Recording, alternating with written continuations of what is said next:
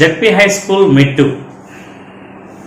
మెట్టు high school నందు విద్యార్థులకు ఈ కోవిడ్ సందర్భంగా, కరోనా సందర్భంగా మనం స్కూల్కి వచ్చి క్లాసెస్ జరుపుకోవడం వీలు కాదు కాబట్టి మన హెచ్ఎం గారు అయినటువంటి చంద్రశేఖర్ సార్ విద్యార్థులకు ఈ ఆన్లైన్ క్లాసెస్ నిర్వహించాలి అని ఒక మంచి సంకల్పంతో ఉపాధ్యాయులను ఆదేశించడం జరిగింది. మేము చాలా సంతోషిస్తూ ఈరోజు నుంచి మీకు ఆన్లైన్ క్లాసెస్ నిర్వహించడానికి మీ ముందుకొచ్చాం. ప్రతి ఒక్క విద్యార్థి టీచర్ చెప్పేటువంటి ప్రతి టాపిక్ని జాగ్రత్తగా వింటూ వాటిని నోట్స్ రూపంలో రాసుకుంటూ జరిగినటువంటి టాపిక్స్ మీద ఎగ్జామ్స్ పెట్టడం కూడా జరుగుతుంది. కాబట్టి జాగ్రత్తగా ఫాలో కావాలి ప్రతి ఒక్కరూ. సో ఈ కరోనా టైంలో ఇంటి దగ్గర వృధాగా టైం వేస్ట్ చేసుకోకుండా మనకు స్కూల్స్ తీయడం లేట్ అవుతున్నాయి కాబట్టి చక్కగా ఈ అవకాశాలని వినియోగించుకోండి. ఈరోజు ముందుగా ఎయిత్ క్లాస్లో పేజ్ నెంబర్ 24, పేజ్ నెంబర్ 24, 25 నుంచి అంటే second lesson, second unit, structural item. It means how to frame yes or no type questions. So ఇచ్చినటువంటి స్టేట్మెంట్ని ఎస్ ఆర్ నో టైప్ క్వశ్చన్గా మనము ఎలా ఫ్రేమ్ చేయాలి అనేటువంటిది మనము ఈరోజు ఈ వీడియోలో చూడబోతున్నాం. మీ దగ్గర టెక్స్ట్ బుక్స్ ఉంటే బుక్స్ తీసుకోండి. Page number 24 and 25 note books తీసుకోండి. పేపర్ పెన్ తీసుకొని ప్రతిదీ నోట్ చేసుకోండి. Okay, so here the boy is a fool. The boy is a fool. The boy is a fool. It is a statement. ఆ అబ్బాయి ఎటువంటి అబ్బాయి? The boy is a fool. Page number 24లో బుక్లో ఉన్నాయి, జాగ్రత్తగా చూడండి. The boy is a fool. For example ఇంకొక ఎగ్జాంపుల్ చెప్తాం. I am a teacher. I am a teacher. Balachandra sir, Balachandra is a teacher. I am a teacher అనేటువంటిది ఏంటి? Statement కదా. నేను ఎవరు అని చెప్తున్నాను. సబ్జెక్ట్తో స్టార్ట్ అయ్యి ఫుల్ స్టాప్తో ఎండ్ అయ్యేటువంటి సెంటెన్స్ని మనం ఏమంటామంటే స్టేట్మెంట్, అసెర్టివ్ సెంటెన్స్ అని చెప్పి చెప్తాం. సో ఈ అసెర్టివ్ సెంటెన్స్ సబ్జెక్ట్తో స్టార్ట్ అయ్యి ఫుల్ స్టాప్తో ఎండ్ అవుతుంది. I am a teacher. ఇక్కడ సబ్జెక్ట్ ఏంటి? ఐ. ఇక్కడ నేనెవరు? Teacher. I am a teacher. So ఈ సెంటెన్స్ నందు సబ్జెక్ట్, సెంటెన్స్ నందు 2 పార్ట్స్ ఉంటాయమ్మా. First one is subject, second one is predicate. Subject means when we make a sentence, we mention a person or thing. మనం ఏదైనా ఒక sentence తయారు చేస్తున్నప్పుడు ఒక వ్యక్తి గురించి కానీ ఒక వస్తువు గురించి కానీ చెప్తాం. అంటే అసెర్టివ్ సెంటెన్స్లో కానీ, అసెర్టివ్ సెంటెన్స్లో ఒక వస్తువు లేదా ఒక థింగ్ గురించి చెప్తాం. చెప్పి ఆ వస్తువు ఏంటి? ఇప్పుడు for example I'm a teacher. ఇక్కడ ఒకరి గురించి చెప్తున్నాను. ఎవరి గురించి? ఐ. దానిని సబ్జెక్ట్ అంటాం. సో నా గురించి ఏం చెప్తున్నాం ఇక్కడ? దానిని ప్రెడికేట్ అంటాం. అర్థమైందా? ఐ అనేటువంటి సబ్జెక్ట్. నేనెవరు? I'm a teacher. I'm a teacher.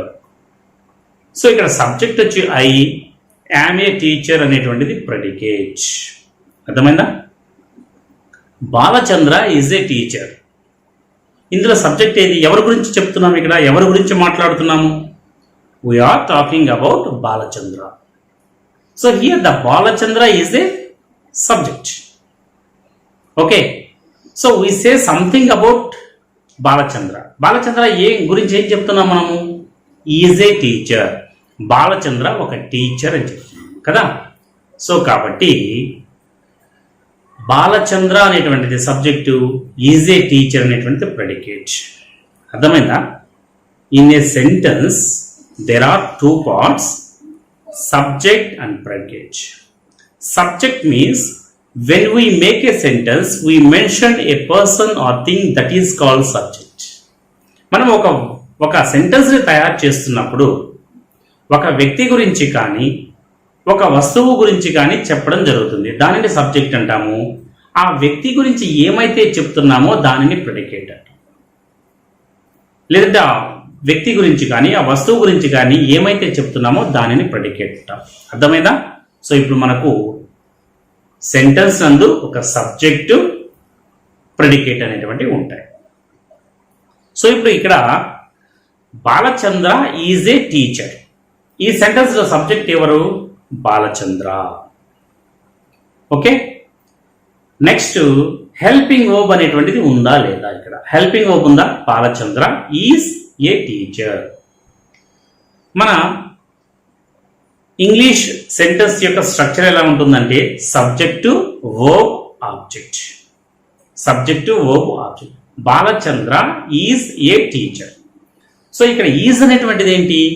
Verb, helping verb. Main verb, helping verb రెండు ఉన్నాయి.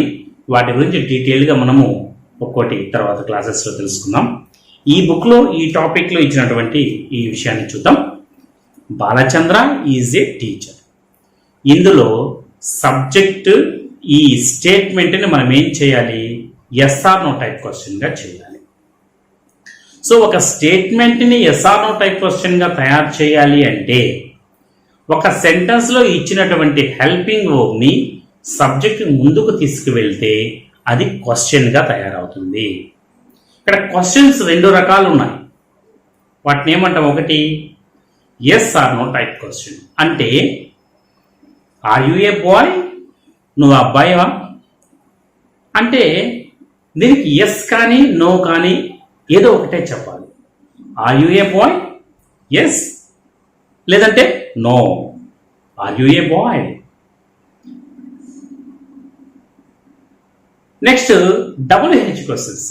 దీనికి ఎస్ కానీ నో కానీ మాత్రమే ఆన్సర్స్ చెప్పగలం. అలా కాకుండా కొన్నింటికి why are you coming late? Are you coming late? Are you coming late? No. Why are you coming late? నువ్వు ఎందుకు లేటుగా వచ్చావు? సో రెండు హెల్పింగ్ వర్బ్తో స్టార్ట్ అయినటువంటి క్వశ్చన్కి హెల్పింగ్ వర్బ్తో స్టార్ట్ అవుతుంది, క్వశ్చన్ మార్క్తో ఎండ్ అవుతుంది. అటువంటి సెంటెన్స్కి మనం ఆన్సర్గా ఎస్ కానీ నో కానీ చెప్పాలి. ఓకే, అలా కాకుండా WH క్వశ్చన్స్ గురించి మనకు దీంట్లో ఇవ్వలేదు, తర్వాత క్లాస్లో చూద్దాం. ఓకే, ఇప్పుడు ఒక స్టేట్మెంట్ని ఎస్ ఆర్ నో టైప్ క్వశ్చన్గా చేయాలి అంటే బాలచంద్ర ఈజ్ ఏ టీచర్. సబ్జెక్ట్కి ముందు ఉన్నటువంటి హెల్పింగ్ వర్బ్ని సబ్జెక్ట్ ముందు తీసుకువెళ్ళి పెడితే is Balachandra A teacher? Question అయిపోతుంది. ఎస్, చాలా ఈజీ. అర్థమైందా? ఇక్కడ ఒక ఎగ్జాంపుల్ ఇచ్చినారు మీకు, మరొక ఎగ్జాంపుల్ చూద్దాం. The boy is a fool. The boy is a pool. ఇక్కడ ఎవరి గురించి మాట్లాడుతున్నాం ఈ సెంటెన్స్లో? బాయ్ గురించి మాట్లాడుతున్నాం. ఆ అబ్బాయి ఎటువంటి అబ్బాయి? The boy is a fool. Okay, so ఈ సెంటెన్స్ నందు హెల్పింగ్ వర్బ్ ఉందా లేదా? ఉందా? Very good. ఏంటది? ఈజ్. హెల్పింగ్ వర్బ్స్ అంటే helping verbs modal auxiliaries. Am, is, are, was, were, have, has, had, will, shall. Okay, వీటితో పాటు can, could, may, might, will, would, shall, should, ought to, వీటిని modal auxiliaries అంటాం. Can, will. ఈ modal auxiliaries కన్నా ఉంటే model ఆక్సిలరీస్ని as it ఈస్గా మనము helping వర్బ్ని ఏ విధంగా అయితే మారుస్తున్నామో అదే విధంగా మార్చవచ్చు. ఫర్ ఎగ్జాంపుల్ చూడండి, I can sing. I can sing. So subject ఏంటి ఇక్కడ? ఐ. మోడల్ ఆక్సిలరీ కెన్ ఉంది కదా. ఈ కెన్ ఏం చేస్తాము? సబ్జెక్ట్ ముందు తీసుకొచ్చి రాసేసి కెన్ ఐ సింగ్. సో ఇలా మోడల్ ఆక్సిలరీ ఉంటే హెల్పింగ్ వర్బ్ని ఏ విధంగా అయితే మారుస్తున్నావో మోడల్ ఆక్సిలరీని కూడా అలాగే మార్చాలి. అర్థమైంది ఇక్కడ వరకు? Okay, very good. ఒకవేళ హెల్పింగ్ వర్బ్ లేదు, హెల్పింగ్ వర్బ్ ఉంటే ఇలా మార్చేసేయాలి. సబ్జెక్ట్ తర్వాత ఏ హెల్పింగ్ వర్బ్ అయితే ఉందో ఆ హెల్పింగ్ వర్బ్ని సబ్జెక్ట్ ముందు తీసుకొచ్చి రాస్తే సరిపోతుంది. ఓకే, మోడల్ ఆక్సిలరీ ఉంటే ఆ మోడల్ ఆక్సిలరీని కూడా సబ్జెక్ట్ తర్వాత ఉన్నటువంటి మోడల్ ఆక్సిలరీని తీసుకొచ్చి సబ్జెక్ట్ తర్వాత కానీ రాసామంటే సబ్జెక్ట్కి తర్వాత ఉన్నటువంటి మోడల్ ఆక్సిలరీని సబ్జెక్ట్ ముందు తీసుకొచ్చి రాసేసామంటే ఏమవుతుంది? ఎస్ ఆర్ నో టైప్ క్వశ్చన్గా తయారు. ఓకే, సో ఇప్పుడు మనము అసలు హెల్పింగ్ వర్బ్ లేదు, అప్పుడు మనం ఎలా చేయాలి అనేటువంటిది. Next second method. ఇప్పుడు మనం ఇప్పటివరకు మనం ఏం చూసామంటే హెల్పింగ్ వర్బ్ ఉన్న మోడల్ ఆక్సిలరీస్ ఉన్నా మనము ఎలా స్టేట్మెంట్ని ఎస్ ఆర్ నో టైప్ క్వశ్చన్గా చేంజ్ చేయాలి అనేటువంటిది ఇప్పటివరకు చూసాం. ఇప్పుడు అసలు హెల్పింగ్ వర్బ్ లేదు, సెంటెన్స్ నందు అసలు హెల్పింగ్ వర్బ్ లేదు, మెయిన్ వర్బ్ మాత్రమే ఉంది. అలాంటి సమయంలో మనము ఎలా మనం ఎస్ ఆర్ నో టైప్ క్వశ్చన్గా మార్చాలి అనేటువంటిది చూద్దాం. Okay, I right homework. I write homework. ఇక్కడ సబ్జెక్ట్ ఏంటి?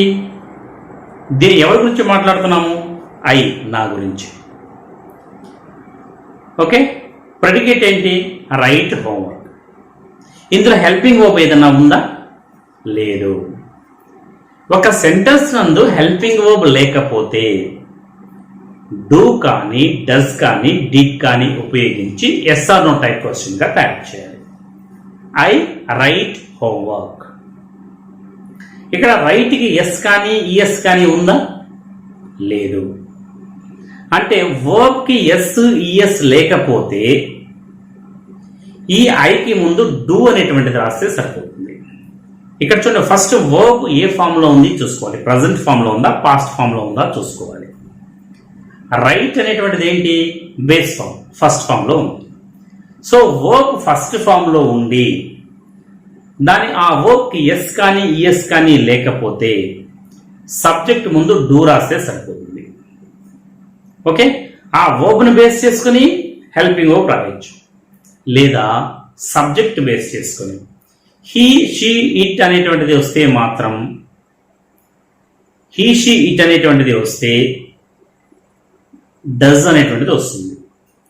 రిమైనింగ్ అన్నింటికి డూ అనేటువంటిది హెల్పింగ్ వర్బ్ ఉపయోగించాలి. అంటే ప్రజెంట్ టెన్స్ లో ఉందా ఆ వర్బ్, పాస్ట్ టెన్స్ లో ఉందా చూసుకోవాలి. ప్రజెంట్ టెన్స్ లో ఉంటే హీ షీ ఇట్ అనేటువంటి సబ్జెక్ట్ ఉంటే, థర్డ్ పర్సన్ సింగులర్ ఉంటే డస్ వస్తుంది. థర్డ్ పర్సన్ కాకుండా ఫస్ట్ పర్సన్ కానీ సెకండ్ పర్సన్ కానీ ఉంటే, థర్డ్ పర్సన్ ప్లూరల్ ఉన్నా కూడా, దే ఉన్నా కూడా ఏమొస్తుంది? అక్కడ డూ వస్తుంది. హీ షీ ఇట్ తప్ప ఇక ఏ సబ్జెక్ట్ ఉన్నా కూడా డూ వస్తుంది. హీ షీ ఇట్ ఉంటే డస్ వస్తుంది. అలా అయినా గుర్తుపెట్టుకోవచ్చు. వర్బ్కి ఎస్ ఈఎస్ కన్నా కలిసి ఉంటే డస్ ఉపయోగిస్తాం, ఇక్కడ ఎస్ ఈఎస్ తీసేస్తాం. ఓకే, చిన్న exam. I write homework. Do I write homework? Do I write homework? So ఇక్కడ రైట్ ఉంది కాబట్టి ఐకి ముందు డూ రాసాం. Do I write homework? She writes homework. She writes homework. ఇక్కడ షీ సబ్జెక్ట్ ఉంది, రైట్స్ ఉంది. సో ఇప్పుడు ఏం చేయాలి మనం? ఇక్కడ డస్ వస్తుంది, రైట్స్ ఉంది కదా. Does she write homework? Does she write homework? అర్థమవుతుందా? హెల్పింగ్ వర్బ్ లేకపోతే షీ రైట్స్ హోంవర్క్. దీంట్లో హెల్పింగ్ వర్బ్ ఉందా? లేదు కాబట్టి does she write homework. Does వచ్చింది కాబట్టి ఇక్కడ రైట్స్ రాకూడదు. Does she write homework? I wrote homework. I wrote homework. So ఇక్కడ వర్బ్ ఏ ఫామ్ లో ఉంది? Write, wrote, written. Second form లో ఉంది. సెకండ్ ఫామ్ లో ఉంది కాబట్టి డూ డస్ కాదు, డిడ్ రావాలి. సెకండ్ ఫామ్ లో ఉండి డిడ్ రావాలి. ఓకే, సబ్జెక్ట్ ఏంటి ఇక్కడ? I wrote homework. Did I, ఇక్కడ వర్బ్ రోట్ అనేటువంటిది రైట్ గా మారిపోతుంది. ఇక్కడ డిడ్ అనేటువంటి ఒక వర్బ్ పాస్ట్ లో ఉంది కాబట్టి ఇక్కడ మెయిన్ వర్బ్ రోట్ రైట్ గా మారుతుంది. Did I write homework, did I write homework. So ఇలా మనము హెల్పింగ్ వర్బ్స్ అనేటువంటివి లేకపోతే డూ కానీ డస్ కానీ డిడ్ కానీ ఉపయోగించి yes or no type questions గా మార్చవచ్చు. ఓకే, టాపిక్ అర్థమైంది కదా ఇప్పుడు. సో ఇప్పుడు మీకు నేను పేజ్ నెంబర్ 24, 25లో ఉన్నటువంటి ఎగ్జాంపుల్స్ని మీకు పీడిఎఫ్ రూపంలో ఇస్తాను. వాటికి ఆన్సర్స్ నాకు వాట్సాప్ రూపంలో సెండ్ చేయాలి. Okay, thank you. రెగ్యులర్గా ఫాలో కండి. Yes or no type questions ఈరోజు మరికొన్ని టెక్స్ట్ బుక్లో లెసన్స్ చదువుతూ వాటిని ప్రాక్టీస్ చేయండి. Okay, wish you all. The boy is a fool. ఈ స్టేట్మెంట్ నందు ద బాయ్ అనేటువంటిది సబ్జెక్ట్, ఈజ్ అనేటువంటిది హెల్పింగ్ వర్బ్. సో ఇక్కడ మనకు యారో మార్క్ ఉంది కదా, ఈ ఉన్నటువంటి హెల్పింగ్ వర్బ్ని సబ్జెక్ట్ ముందు తీసుకొచ్చి is the boy a fool అనే ఎగ్జాంపుల్ మనకు క్లియర్గా ఇచ్చున్నారు. Next look at some more sentences. First one చూడండి. I understand that he asked for more. I understand that he asked for more. Here in this sentence I understand. Helping verb ఏదైనా ఉందా ఇక్కడ? Helping verb లేదు. Helping verb లేకపోతే మనం ఏం రాయాలని చెప్పాము? డూ కానీ డస్ కానీ డిడ్ కానీ. సో సబ్జెక్ట్ అండర్స్టాండ్ అనేటువంటి వర్బ్ ప్రజెంట్ ఫస్ట్ ఫామ్లో ఉంది. Understand, understood. So understand present ఫామ్లో ఉంది కాబట్టి డూ కానీ డస్ కానీ రావాలి. సబ్జెక్ట్ ఏంటి ఇక్కడ? ఐ ఉంది కాబట్టి వెంటనే మనకు ఆ ఐ ముందు ఏం రాయాలి? Do I understand that he asked for more. Do I understand that he asked for more. So do అనేటువంటి question word. Do I understand. Do I understand that he asked for more. Next అదేవిధంగా second example. Oliver asks for more. Oliver asks for more. So ఇక్కడ చూడండి, helping verb ఈ second sentence అంతా helping verb లేదు. Helping verb లేదు, verb అనేటువంటిది first ఫామ్లో ఉంది. సో ఆలివర్ అనేటువంటిది థర్డ్ పర్సన్. ఆస్క్స్ వర్బ్ అనేటువంటి దానికి ఈఎస్ ఉంది కాబట్టి సో డస్ అనేటువంటిది సబ్జెక్ట్ ముందు ఉపయోగించాలి. Subject Oliver. Does Oliver ask for more. Does Oliver ask for more. అదేవిధంగా third sentence. The boys took their places.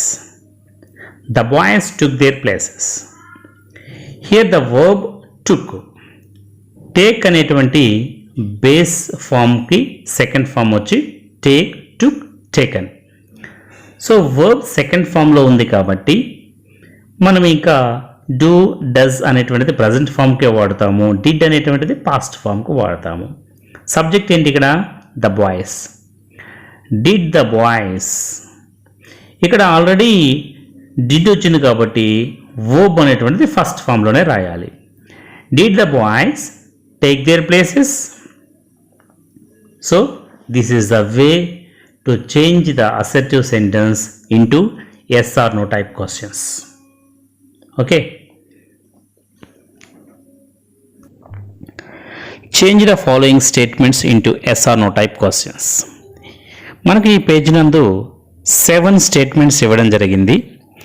ఈ 7 స్టేట్మెంట్స్కి మీరు ఈ స్టేట్మెంట్స్ని ఎస్ ఆర్ నో టైప్ క్వశ్చన్స్గా తయారు చేసి వీటిని నాకు వాట్సాప్లో ఆన్సర్స్ పంపగలరని చెప్పి కోరుకుంటూ, మీరు ఎంతమంది ఆన్సర్స్ చేశారు ఏంటి అనేటువంటిది నేను ఒక రిజిస్టర్ మెయింటైన్ చేస్తున్నాను, దాంట్లో నోట్ చేసుకుంటాను. సో తప్పకుండా ప్రతి ఒక్కరూ కూడా ఆన్సర్స్ చేసి వాటిని నాకు వాట్సాప్లో ఆన్సర్స్ పెట్టగలరని చెప్పి కోరుకుంటూ మీ Balachandra. Wish you all the best my dear students. 7కి 7 మార్క్స్ తెచ్చుకోవాలి. Okay, all the best.